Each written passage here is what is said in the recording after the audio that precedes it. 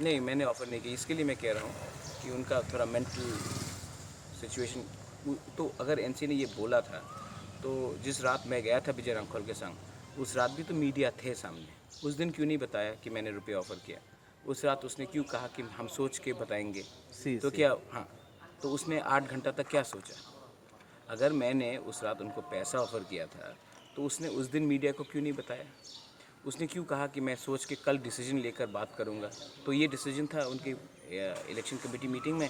महाराज ने रुपए ऑफ़र किया है, ले के ना ले, ये बात हुआ था? ये बात हो ही नहीं था। देखिए, आदमी को कंसिस्टेंट, ज़िंदगी में कंसिस्टेंट होना चाहिए, ठीक है? अगर मैंने उस रात विजय रामखोल के साथ उनको पैसा ऑफ़र किया था, तो मीडिया तो 10 मिनट बाद आई थी, तो उसने उस समय क्यों नहीं कहा? उसने क्या कहा मीडिया को?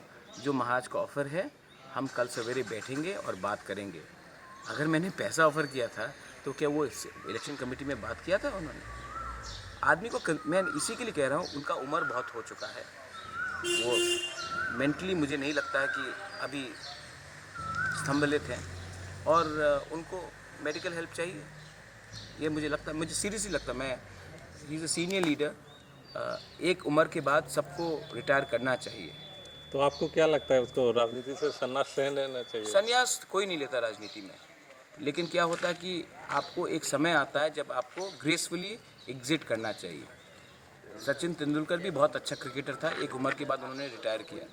सबको एक समय आता है जब उनको खुद ब खुद रिटायर करना चाहिए, उनको समझना चाहिए अब उनका वक्त ख़त्म हो चुका है। मुझे जहाँ तक लगता है, उनका हेल्थ देखकर उनको अपने हेल्थ में थोड़ा ज़्यादा ध्यान देना चाहिए, उनके मानसिक हेल्थ में उनको ज़्यादा ध्यान देना चाहिए, और उसके बाद वो खुद, उसका ये खुद का डिसीजन है। मैं कौन होता हूँ उनको बोलने के लिए कि आप रिटायर करो ना करो?